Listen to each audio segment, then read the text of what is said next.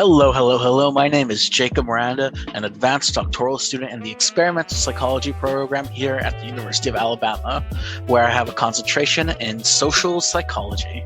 And I'm Cassie Witt, a pedagogical assistant professor in the Department of Psychology at Western Kentucky University.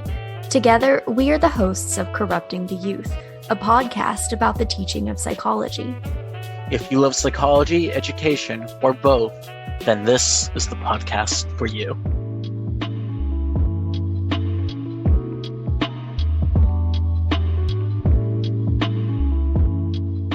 Hello, hello, hello, beautiful people. We're back and we are still alive. Did you miss us? Did you miss? It's Johnny. We decided that it was Valentine's Day, a day of love, and you're like, we love our community more than anything else. No, too much, laying it on too thick. Yeah, Cassie's just shaking her head. It's a little too much. A little too much. But no, we had, if you didn't notice, we had a brief hiatus, but we're back now. Maybe not better than ever. Maybe, but maybe not. I'm like, wait, what's going on with you, Cassie? I'm like, I think my life's going pretty well right now. Oh, yeah. No, life is good. Life is good. Speaking of life, I think that's a beautiful transition to kind of how you and I wanted to do this episode. Because as you know, normally we kind of come in with like some sort of topic, right? So we might come in with a perspective like teaching while being LGBT, or like if you're prepping a class, or a philosophy or something, like how to create change. This time around, because we're kind of getting our feet back in the water again, right? So just jumping straight back into the pool, we're easing our way into it. You and I discussed that it might be better to kind of like go over life, and specifically like what's been going on in our lives and why has there been a delay, and just good things and maybe not so good things. We it's been a while since we've done things like Roses and Thorns. I feel like in season 1, like our early episodes, we were pretty good about like talking about ourselves and what was going on in our lives. We like have like a Who Are We episode that desperately needs to be updated. I think in that one, I'm still saying I'm a grad student, which is no longer true and will soon not be true for you as well. So we figured with this one, we would just talk about ourselves some.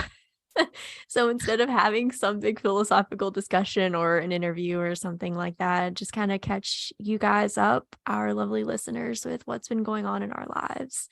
Especially because I think like the best kinds of podcasts or even classes and stuff too are when you feel like you have some idea of like what the person is like that you are listening to. And I feel like we've been a little disconnected from our audience in that way. And I would agree with that, right? And kind of the whole point of this episode is like why we feel that way. Also, it's definitely not because we finished our backlog of recorded interviews and we're like, we should probably continue posting. If we're being perfectly honest. Yeah. But you're right. It has been a while since it's just been you and me and just to talk. And I love our guests. Don't get me wrong. From John Gore to Summer Braun to Bill Chopik, I think everyone's been amazing so far. That's been fun.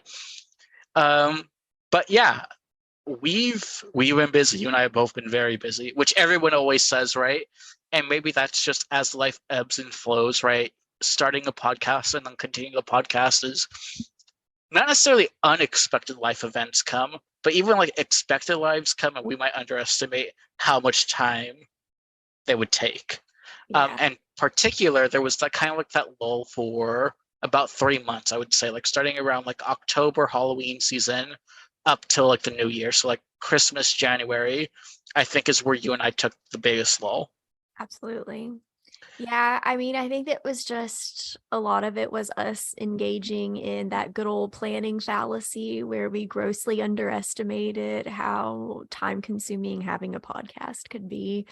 And I think we're both in such big kind of transition periods in our lives, finishing up grad school, like both of us like recently on the job market, starting new positions. Those are also things that require a whole lot of time and energy and cognitive capacity. So the podcast it got put on the back burner a little bit. Definitely. I think this was because we've completed a full year cycle, because I think we started in January of Mhm. 2022, right? This Mhm. was also our first holiday season, and the holidays just also generally get busy. You're spending time with your family in Christmas. I'm flying around, seeing some old friends, and so that kind of got a bit hectic as well. But you've kind of hinted at something, and it's the idea of being on the job market. I So, yeah. Before I even continue on that job market, I just want to note that there might be a slight lisp with my S's, folks. I apologize for that. Because, first, personal life update, orthodontists have had braces. And for adults, they're like, it can take up to 2 years, right? But for adults, because teeth can move slowly, it can maybe take a max of 3. Folks, I'm in my third and a half year, and they've just said, hey, this is the most stubborn teeth we have ever seen. One, no I don't want to be way. number one. I swear he said that. He's like, I've never seen teeth move this slow. And so what they did is actually they glued essentially like bumper ramps behind my teeth. And they basically like drilled and stripped the bottom, like the space in between my teeth, as 2 methods to help, I guess, gently push the correction. And so I No. basically have these bumpers that are typically in normal treatment put on at the beginning stages and last 9 months, is now being put at in that 3.5 year mark. And I'm like, how much longer is this going to take? And so, Cassie, I'm not sure. Did we talk immediately after I got it? Like, obviously, there was pain. I couldn't chew whatnot. But man, I sounded like Daffy Duck for a good Um, first week to 10 days. The list was bad. Like, this is the now new and improved. My mouth is accommodated to it. But yeah. damn, it was like talking to like a toddler slash Daffy. Well, since I have dental insurance finally, I like went to the dentist back in December. I guess trigger warning if you don't want to hear like If you my don't want to life. hear about our dental health, okay. Yeah. So I went to the dentist and like got some like work done for the first time in years.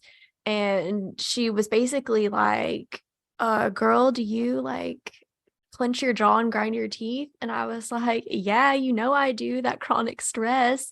And she was like, you have a bunch of stress fractures in your teeth from like clenching your jaw so hard.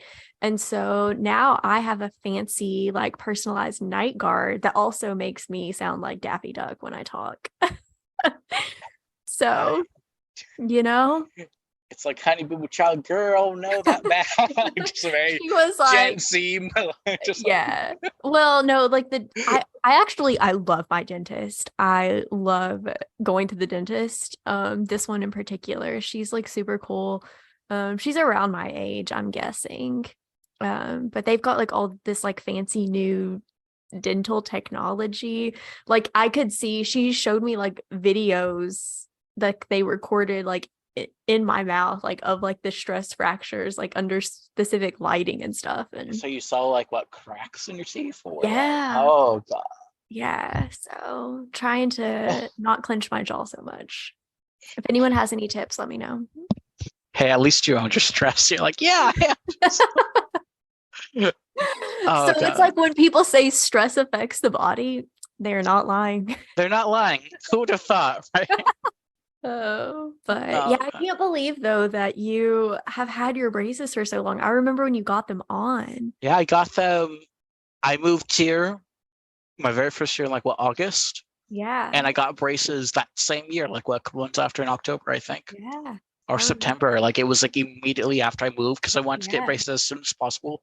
So by the time I graduated, I'd be like, oh, cool. They they take the pre and post pictures, and it's supposed to be like, here's how you look at the start of the stage, and here's how you look at afterwards, right? And it's supposed to be like this wow factor and this Yeah. whoa, it's so cool. Um, when they pull up your record to set up an appointment, you can see them pull up your profile, and that profile shows that pre photo of like when they first took it. Sweetie, I was like 40 pounds skinnier.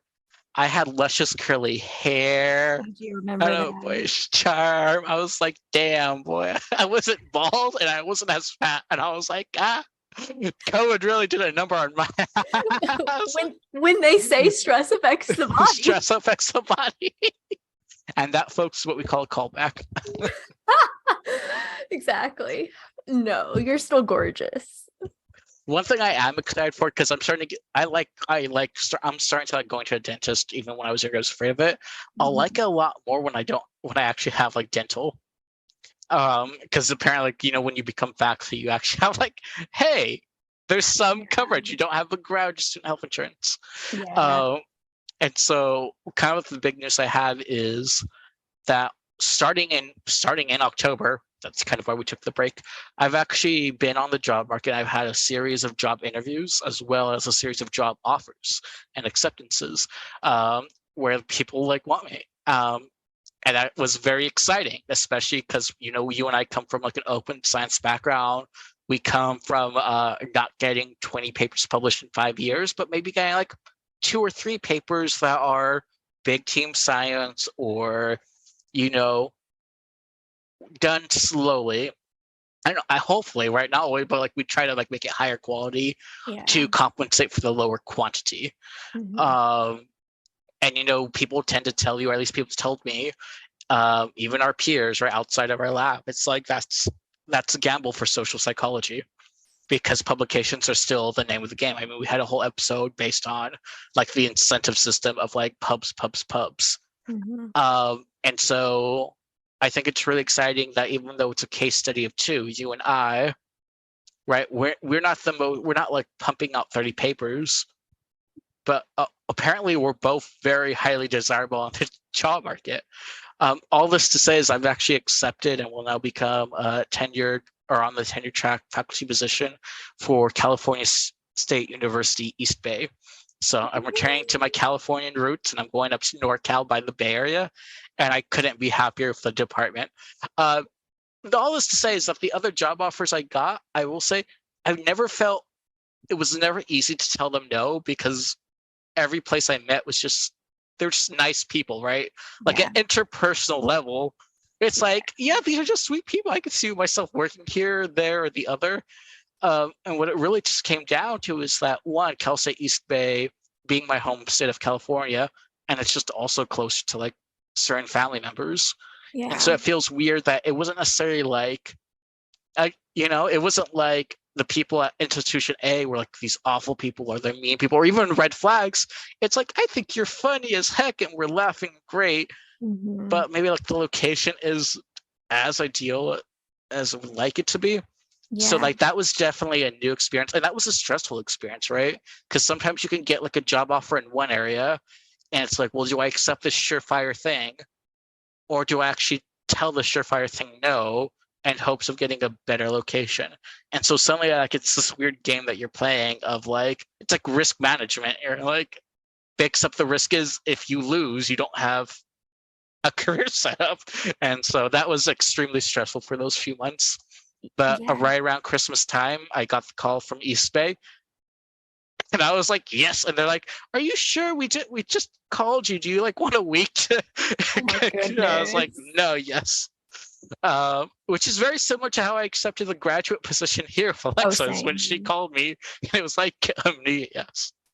Well, Yeah, I just want to say that I am just so proud of you. And I know that East Bay was definitely like at the top of your list. And I think it's so awesome that you had the option, to turn down positions though, and ultimately got the job that you really wanted, like close to family, like back in your home state.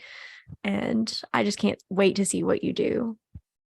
I know. Well, thank you, Cassie. Yeah. I'm Yeah. joining the Big Boys Club with dental. Yay! And now you get dental insurance. Now I get dental insurance. So yeah, that was kind of thing being on the job market and getting hired. Um, but I guess I'm not the only one with big news. Apparently, someone's been working on this registered report for quite a while. That's Oh, finally paid off. yes. So I have been working on a registered report project. Oh my God, since 2018 was when I like first started working on this project. I think we got stage one acceptance in 2020. Ooh, Like it's been a I while. think it yeah, I think it was like right before the pandemic hit. like early 2020, we got like stage 1 acceptance. And so it was like, oh, we're going to do data collection, like all of that's going to happen. And then of course, like with COVID, Alabama stopped like requiring the research participation. And then when things started back up, there were like fewer credits required for intro students to get. And so data collection took forever. But we finally finished that, wrote up the stage 2 manuscript, got it submitted, accepted with minor revisions. Yeah, the revisions, I was so excited. It was honestly just like change the wording of this in this one sentence and then make sure that you've actually changed everything to past tense. Oh, gotcha. I still, yeah, sometimes I get messed up on the tenses as well. Yeah. And Yeah. with the registered report too, it's challenging because the way it's set up is like you're not allowed to, once you get stage 1 acceptance, at least this is how it is. The paper is being published in Comprehensive Results in Social Psychology. And at Wait, least say that one more time, listeners. oh, Citation. Comprehensive Results in Social Psychology. WIT 2023. Yeah, WIT 2023. Gotcha. I'm the first author on the paper. Um, what was I saying? Oh, anyway, so for CRISP, the way that it is like once you get stage 1 acceptance, when you write up your stage 2 manuscript, they're like, don't touch like the intro and methods and stuff. Like, this is what you said you were gonna do. This is like all of the information you provided. And so it has to stay the way that it is.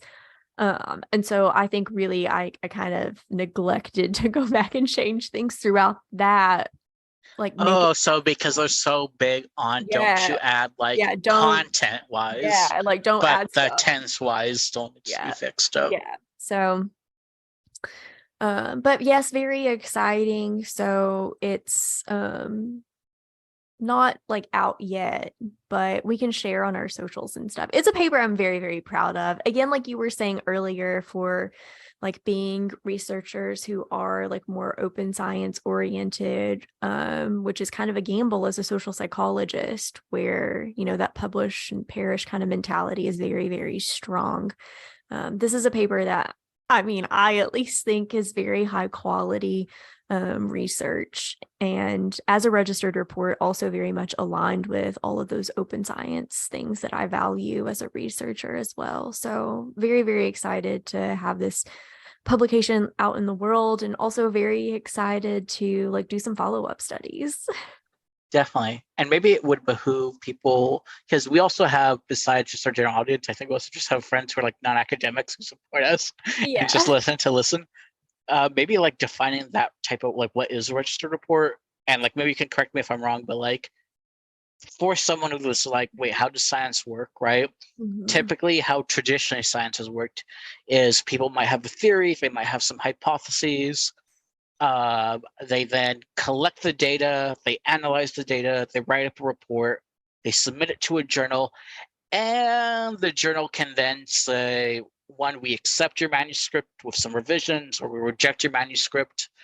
The flaw in this flow of logic is, one, if there's a critical error in the design or the variables, or if there's something wrong with the study, right?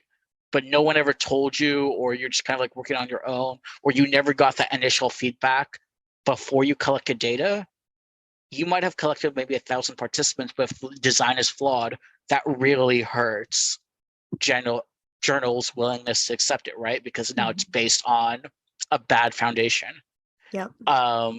And so that tied in with almost the idea of sometimes people will say, or they hypothesize after results are known, that they knew it all along, right? So sometimes someone will just run a study with no specific prediction, they find a significant result, and after the fact they're like, let me build a story around this. Kind of what Cassie's talking about is she's undergone a registered report that, one, combines the idea of making your predictions very clear upfront and documented, but also, rather than once you create your study, you immediately start collecting data, you actually submit the idea of the procedures and the variables to a journal, and you saying, hey, before I collect this data, one, is this an interesting enough question? Two, am I testing the question where I'm actually answering it well enough, so that regardless of what the results are, significant or not significant, if there is an effect or there is an effect, knowing the answer is worthwhile. And so Right. what Cassie's basically accomplished is something really, really cool.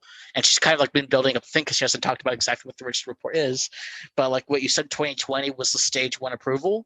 Like Mhm. in 2020, they basically said, we love your idea. We love your procedures. If you run this study, we promise we will publish it regardless of what the outcome is. So Yep. I'm not sure. Are you able to share with the listeners of kind of like what the R is, like the DL, or do you want to hold off until it's formally? Sure, no, I can talk about it. So what was the great idea that they're like, we need to know the answer to this question? Yeah, so the study was focused on the phenomenon of confirmation bias. So, this tendency that human beings have to only want to expose themselves to information that's consistent with what they already believe. And another really critical part of confirmation bias is what is known as biased assimilation, where people are also really good at looking at information that's inconsistent with their beliefs, but spinning it so that it can actually support their position. So like as an example of confirmation bias, say that you have someone who thinks that climate change isn't real. So like this would be a person who, like, if they're doing a Google search, they're probably only going to click on articles or links that have, titles that confirm what they already think, right? That climate change isn't a problem that we need to be concerned about. Or if they do like somehow like encounter a study or research that supports the idea that climate change is a serious concern, then they're probably going to be really good at, spinning it so that the quality of that evidence isn't good. So they shouldn't trust it anyway. So their belief can be maintained in the end.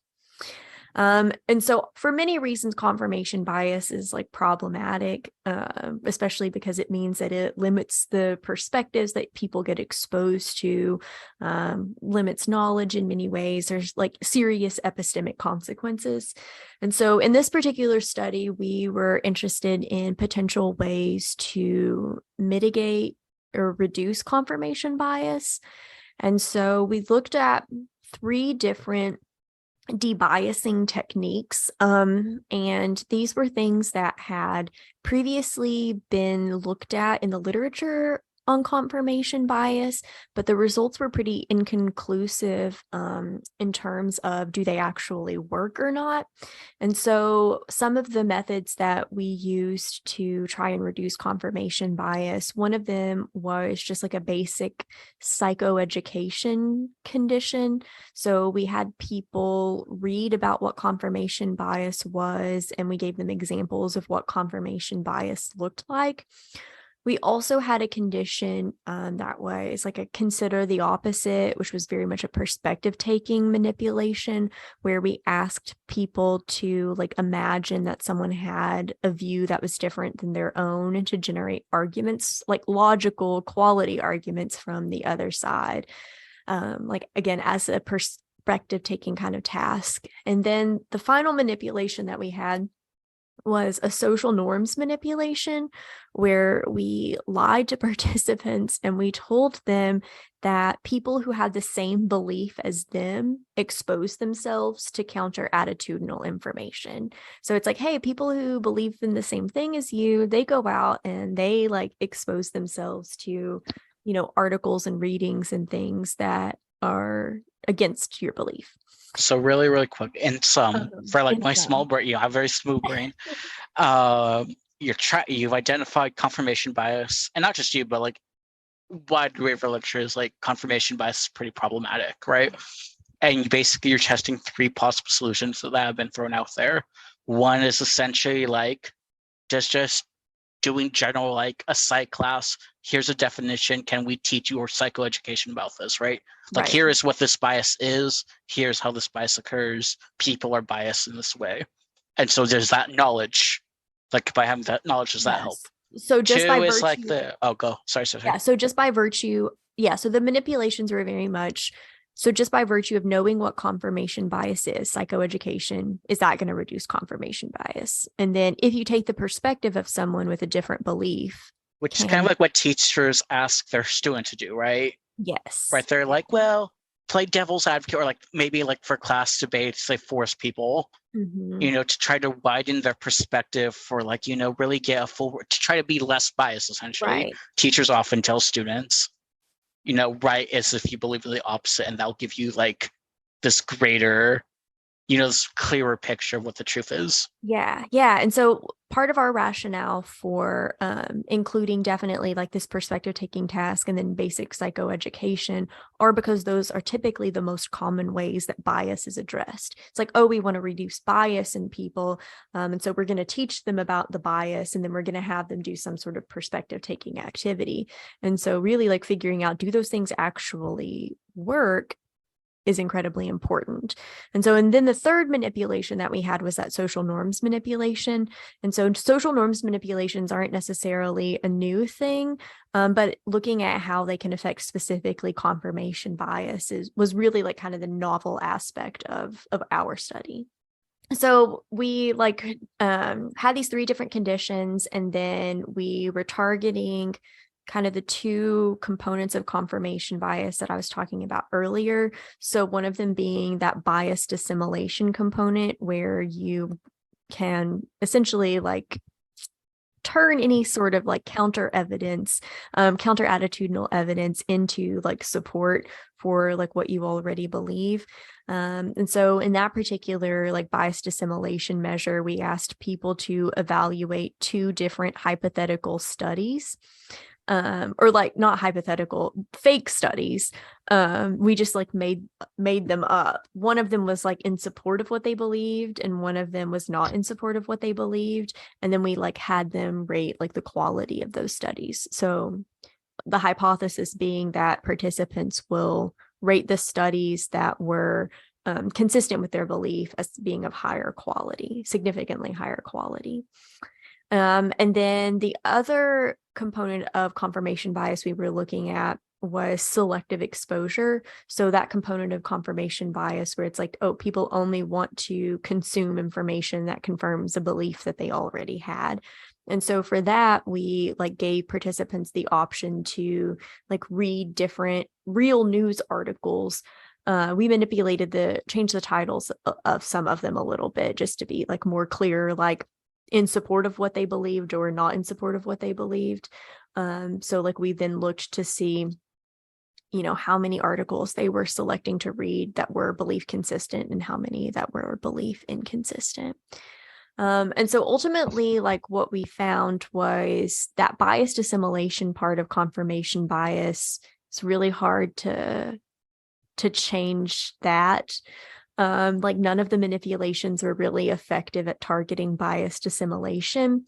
But at least for the selective exposure component, the only manipulation that seemed to like reduce confirmation bias as selective exposure, right? That particular operationalization was the social norms condition. So it seems that psychoeducation, it seems that perspective taking, these really, really common forms of debiasing aren't that effective at actually reducing bias. But social norms does seem to be something you can capitalize on, right? So just basic social influence. If you tell people like you do this, then it does seem that, people will listen to that. They'll pay attention to that. It's Yeah. novel, it's exciting, and you at least have one avenue to talk about at least one component of this Mm-hmm. motivated reasoning. Yeah. Yeah. So we're super excited about it. It's a project again, like we started in 2018. I was in my second semester of the PhD program when I started working on this project. So to kind of see it like concluded in my like first year as a faculty member is like, whoa, I really have come full circle. So I love it. It's beautiful. Yeah, time sure passes weird. it does. Um, Speaking of time passing, another big life update for me. I turned 30 last week. Hey, yeah. So I've been dealing with the mortality salience of that. Oh wow, 30s 30. Listen, I think the marker of getting older is when you start seeing the next decade above you is not that old. Like for me now, I'm like in my late 20s, and I'm like, 30s are so young, I right? know. And as soon as I start thinking like, wow, 40 years old, what a young lad, just I barely know. blooming in life. Same. But yeah, I'm now like, oh, 30s are the new 20s. Totally. Oh goodness. It doesn't feel like I distinctly remember being like a kid, even like a teenager, and being like 30 is old. And now I am 30. Happy to be Listen, here. Happy to be here for sure. But it's like one of those things where it's like, I'm never gonna get old. And then you keep aging. The years keep yeah. passing. Yeah, you're now 30, and I think since last we recorded the podcast, around that break we had, I've also gone a year older. Now I'm like 27. So Yep. I'm right there behind you, old lady. I know you Right are. there behind. We'll That's celebrate big though. But yeah. yes, happy, slightly belated birthday Thank from you. today and from whenever anyone listens to this. Yeah, just know February is the month of Cassie, Yep. I'm an Aquarius, obviously. obviously. Yeah, uh, it was a good birthday though. Um, my what'd you partner do? and my partner and I, well, I turned 30 on a Wednesday. So I had to teach and all that good stuff, meetings and work. And then the weekend following, though, so this past weekend, at the time of recording this episode, my partner rented us like a little cabin, like right outside Nashville. So we had like a little weekend getaway. We spent some time like doing some stuff in Nashville and then just like hanging out at the cabin, like building fires and all that It's fun so stuff. cute. It You, really was. getting closer and closer to your cottage core dream, Cassie. Yes. Yeah. Yeah, cabin in the woods. So yeah, Yeah. It was a good time. good. We're gonna have to post some pictures of that Yeah. because they looked very cute with like the cakes, nice little sparklers. Yeah. Beautiful. So we like ran to Target and we were looking for birthday candles for the cake. And then they had like these sparklers. And I was like, why not get sparklers that say 30? And then the cake, there was like a mishap with that. It was like a frozen tiramisu from Trader Joe's. And we put it in the fridge like the day before, and then we read the directions, and it was like you only need to thaw it for like an hour, 2 hours max. And so it had kind of melted. And so Oof. we stuck the sparklers in, and when we lit the sparklers in the tiramisu, they just kind of, you can kind of see in the picture I posted on Instagram, like they just started like falling. Is And I that was why it like, looks like you're crying and then you're just like, yeah, I no? just I just like started having visions of like Smokey Bear being like, only you can prevent forest fires. And I was like, oh my God, I can't set this cabin on fire, this forest. But that did not happen. I'm glad. I'm still catastrophizing at 30 years old. Yeah, listen, you're gonna get what's called those gentle fractures if you keep doing that. So, Yes. I'm trying to think of other big updates. I know that probably the biggest one is, or maybe not the biggest, but like availability heuristic, was as of midnight last night on good old February 13th, the day before Valentine's Day. Although I saw polished, have completely drafted from introduction to list of tables and dependencies over 100 pages later, my dissertation, and so that's been really exciting. Specifically because I started February 1st because January 31st at midnight my data collection ended, um, and over 1,000 participants later, we have a data. And what's probably most exciting about it is based on kind of what I've heard, the norm for dissertation research is that a lot of people who make the predictions or hypotheses that they do, often those hypotheses aren't supported for a variety of reasons, right? If there's smaller samples or if the theory maybe didn't pan out, And so kind of what I've normally heard is like prepare that for anything that you predicted to be wrong. And then also think about like how you're going to discuss why it may or may not have been supported. And so basically I pre-registered hypotheses way back in September 2022. And there was a list of 16 hypotheses. And essentially when I ran the data, and it took like, hours upon hours of coding, and it was a very complicated design and whatnot. And so just getting the data cleaning was a freaking nightmare the first few days.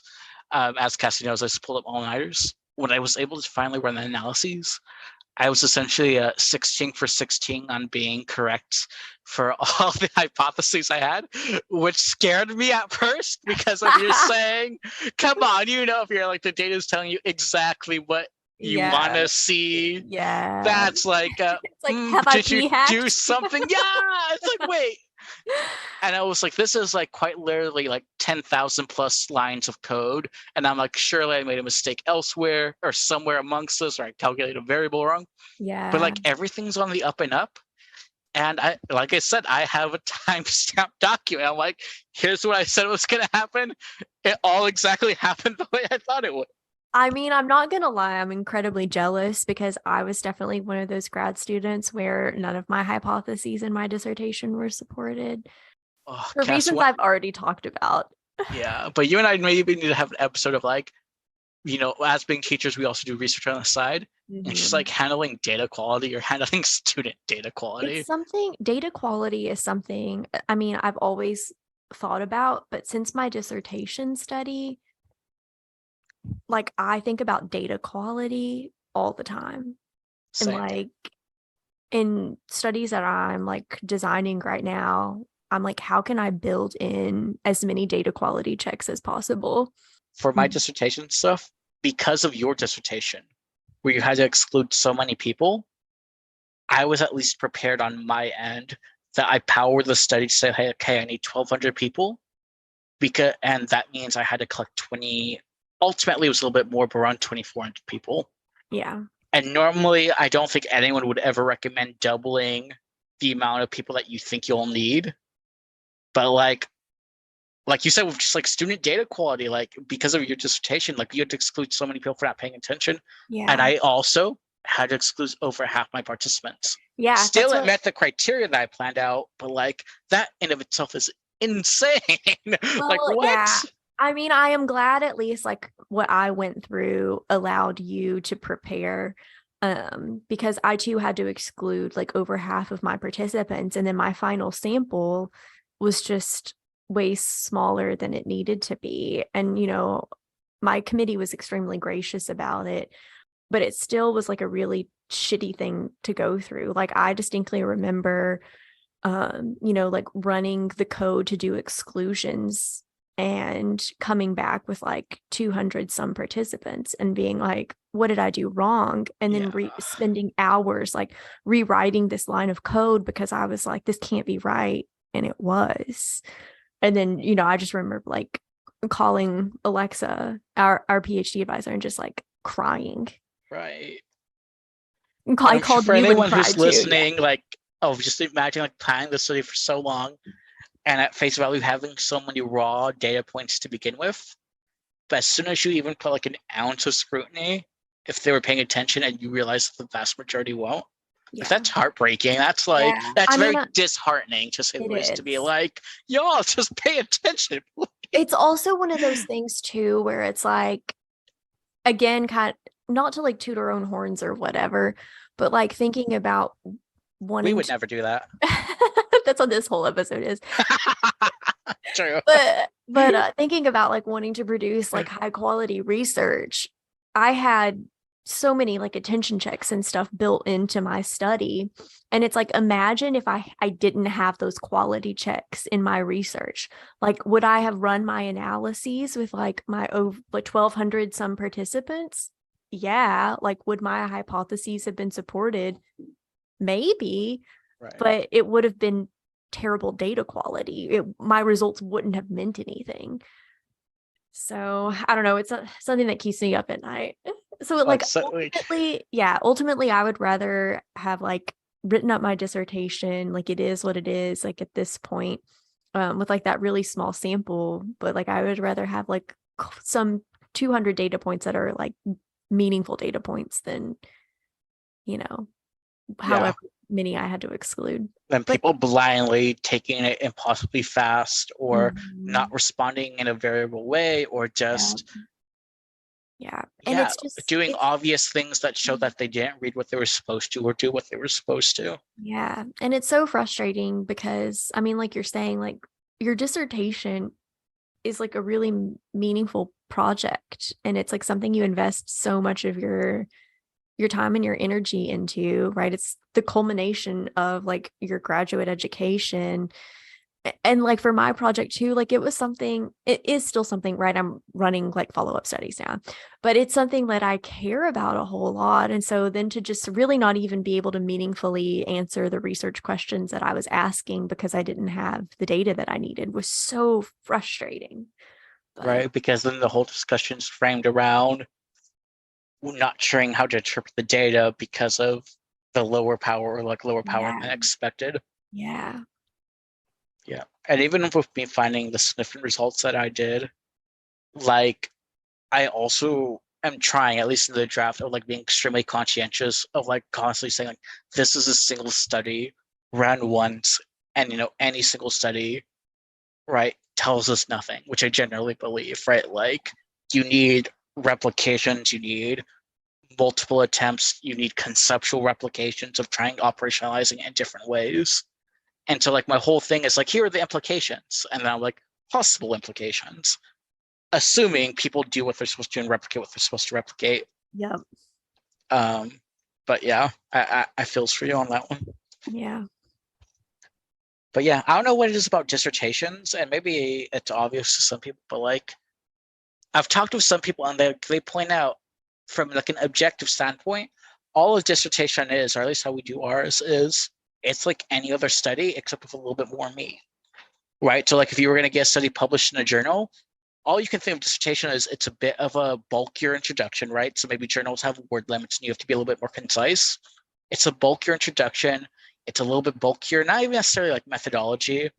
It's a bulkier discussion where you talk about like not just a few primary analyses and like what is the main crux of data, but maybe even the exploratory stuff. And you just also have a bunch of appendices and tables that in a journal would just be supplementary. But Right. like if you actually think about it, it's like, well, you're just writing another paper and you're doing another study. But it being called a dissertation and it being kind of just so intimately tied with the if you fail this, you don't get credentials, but if you pass this, you do. Like you said, I don't know. It's just it's more personal that way, right? Like your dissertation Yes. is our baby. That's and maybe people feel about that about all the research projects, but like our dissertation is like our favorite child, maybe. Yeah. It's like our favorite F. I feel like if any of us look at our dissertations 10 years from now, we're gonna be like, oh God, what Oh, did I do I there? mean, But like I'm it like, was still the baby. yeah. It was the I, first. I know that that's probably the reaction I'm gonna have. I look back on like my like thesis project that I did like as an undergrad and as a master's student, and I'm like, oh, Oh, I felt that same way for my math. Oh, yeah. I dichotomized a continuous variable. Oh my Oh, God, yes. I was like, why? No, I trichotomized. I'm like, why the fuck would I? What was that? For anyone who's not stats, like what are you talking about? Yeah, Like, it's like, look at all those different scores. Oh, oh God, if I ever look back in the past paper, I'm not sure. I don't think I did this, but if I ever put like this is marginally significant, so I would be like, I would die of cringe. I'm like, no, Jacob, why would you? I think this has been a good catch up episode. I think so too. Like I said, we've been, you've been, and also you've just been. Technically, this is now your second semester teaching, so you actually wrapped up your full first semester as faculty. I So did. like we have gone through a lot. We've grown a lot. I will say you're absolutely right. What you started us off with, though, we probably need to re-record of who are we because now there's new affiliations, new institutions. Our Yeah. intro, like we updated our intro once when you went to your new institution, but I'm like, I'm a doctoral candidate. You're like, no, we got to. Yeah, This is yeah. Dr. Jacob Miranda. We're gonna be Yeah. pretend no. Yeah, we Oh yeah. definitely will.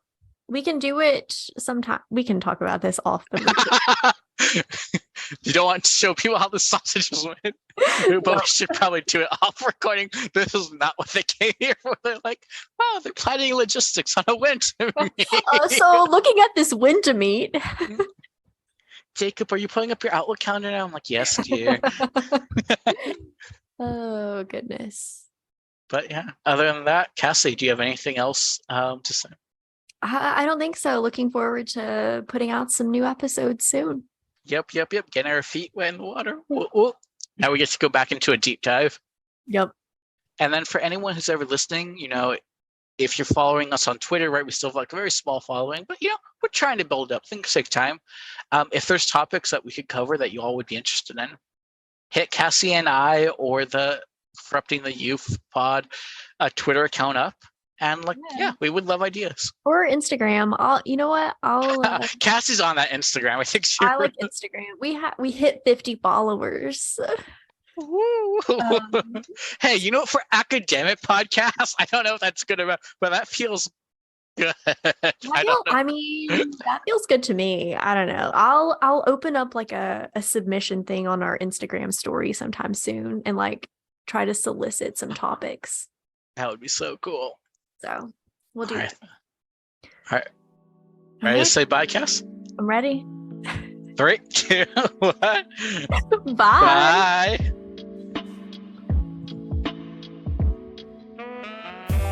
Hello again. We just want to thank you one more time for listening to Two Random Weirdos. If you want to listen to us ramble some more, we'll be posting episodes hopefully bi-weekly on both Apple Podcasts and Spotify. Fingers crossed.